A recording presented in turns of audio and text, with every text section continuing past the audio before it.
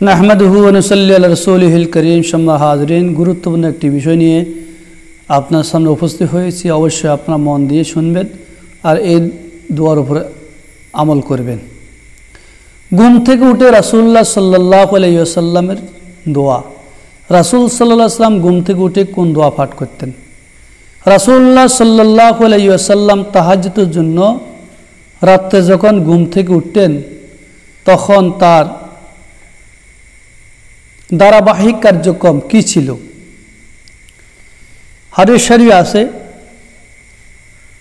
এই সম্পর্কে আল্লাহ রাসূলের একজন সাহাবী আব্দুল্লাহ ইবনে আব্বাস রাদিয়াল্লাহু আনহু বলেন, আমি একবার লক্ষ্য করলাম যে শেষ রাতে রাসূলুল্লাহ সাল্লাল্লাহু আলাইহি ওয়াসাল্লাম ঘুম থেকে উঠে চোখ দুটো মুছতে মুছতে বাহিরে আসলেন।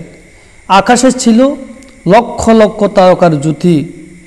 সেই দিকে রাসূল আরবি মুহাম্মদুর রাসূলুল্লাহ সাল্লাল্লাহু আলাইহি ওয়াসাল্লাম লক্ষ্য করে এই দোয়াটি পড়লেন, এই কালিমা পাঠ করলেন, লা ইলাহা ইল্লা আনতা নূরান ইয়াহদিয়াল্লাহু লিনূরিহি মান ইয়াশাউ মুহাম্মাদুর রাসূলুল্লাহ ইমামুল মুরসালিন ওয়া খাতামুন নাবিয়্যিন।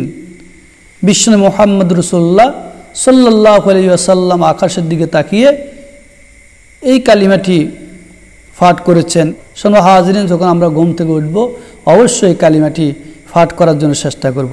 রাসূল মুহাম্মদ রাসূলুল্লাহ সাল্লাল্লাহু আলাইহি ওয়াসাল্লামের আরও কিছু আমল আছে, আরও কিছু দোয়া আছে ঘুম থেকে ওঠার পরে তিনি আমল করতেন।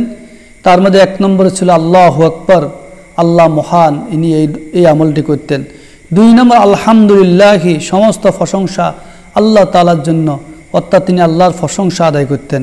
তিন নম্বরে ছিল সুবহানাল্লাহি ওয়া বিহামদিহি, আমি আল্লাহর পবিত্রতা বর্ণনা করতেছি এবং তার গুণগান ও প্রশংসা করছি। 4 নম্বর আছে সুবহানাল্লাহিল মালিকুল কুদ্দুস, পবিত্র বাদশার পবিত্রতা বর্ণনা করছি। 5 নম্বর আল্লাহ রাসূল পড়তেন আস্তাগফিরুল্লাহ, আস্তাগফিরুল্লাহ, আমি আল্লাহর কাছে ক্ষমা প্রার্থনা করি।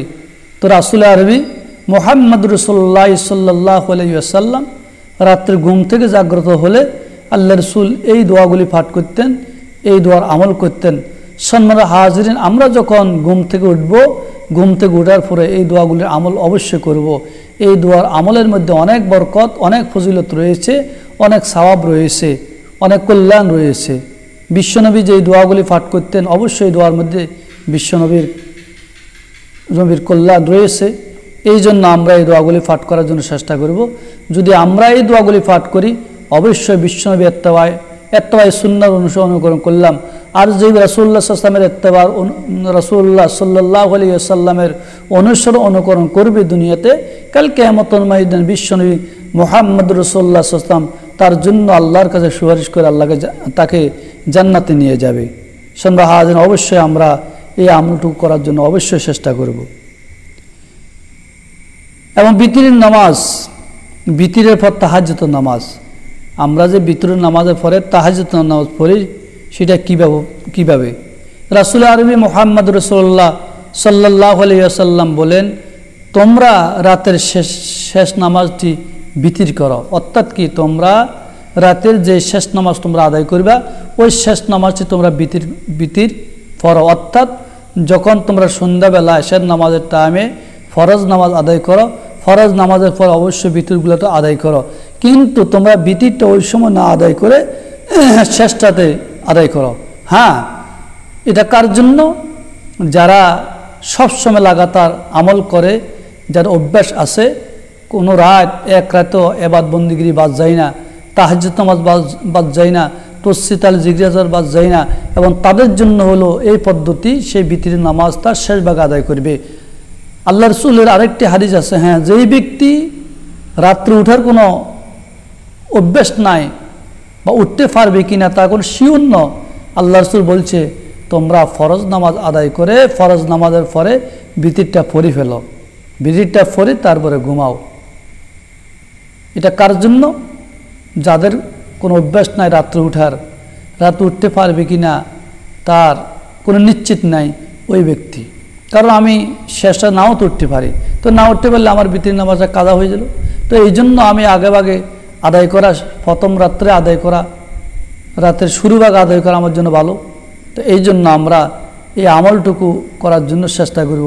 আমাদের অনেক ভাই বলে যে আমরা বিতর এখন কেন বলবো, বিতর নামাজ পড়তে হবে শেষ ভাগে। শেষ ভাগ কার জন্য? যেই ব্যক্তি সবসময় তার অভ্যাস আছে, সেই কোনো রাত্র তার শেষ মানে বিফলে যাবে না, সেই শেষটা উঠতে পারে, উঠার অভ্যাস আছে, তখন তার জন্য সেই তসবিহ তাহলিল পড়বে, জিকির আজকার করবে, কোরআন তেলাওয়াত করবে, নফল নামাজ পড়ে শেষ ভাগে বিতির নামাজ পড়ে সে ঘুমাবে তার জন্য। তো আল্লাহ রাব্বুল আলামিন আমাদেরকে আমল করার তৌফিক দান।